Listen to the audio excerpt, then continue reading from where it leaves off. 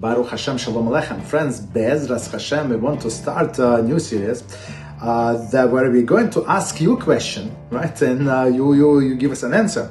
And the first story goes like that. It's about a person, his name was Yaakov, that he heard the news of birth of his first grandchild, and his joy knew no bounds, right? And after the bris, he went to the silver shop and brought a very expensive Kiddush cup and brought to engraver to engrave a child name. His name was Yosef. Right, the next day he arrived to pick up the cup, and this engraver said with a pride, he said, "I think the letters came out beautifully." Our guy Yaakov, he'll take one look at this cup and almost fainted. He said, "Yeah, the letters came out beautifully, but it's wrong name. You wrote on the cup Yosef Chaim, but his name is Yosef, just Yosef, that's it. You ruined very expensive cup." Right, well, what I'm going to do, I cannot present this cup to my grandson.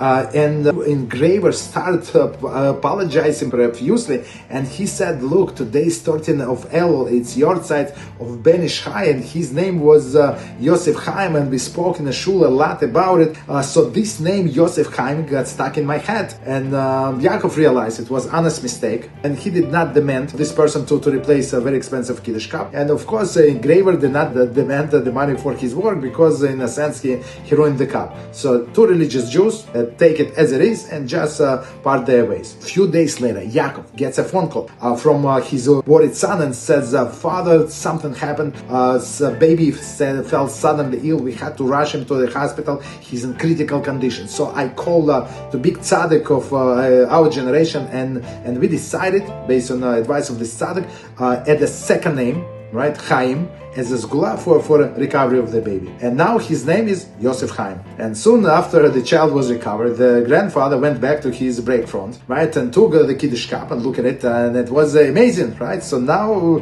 after the fact, the name on the cup is correct, Yosef Chaim. Should he go and pay engraver for his job, because after the fact the name is correct, or since he ruined it in the beginning, in a sense, maybe he is not obligated? So the question to you, should he or should he not? Please feel free, leave us a commentary with explanation why you think this way or that way.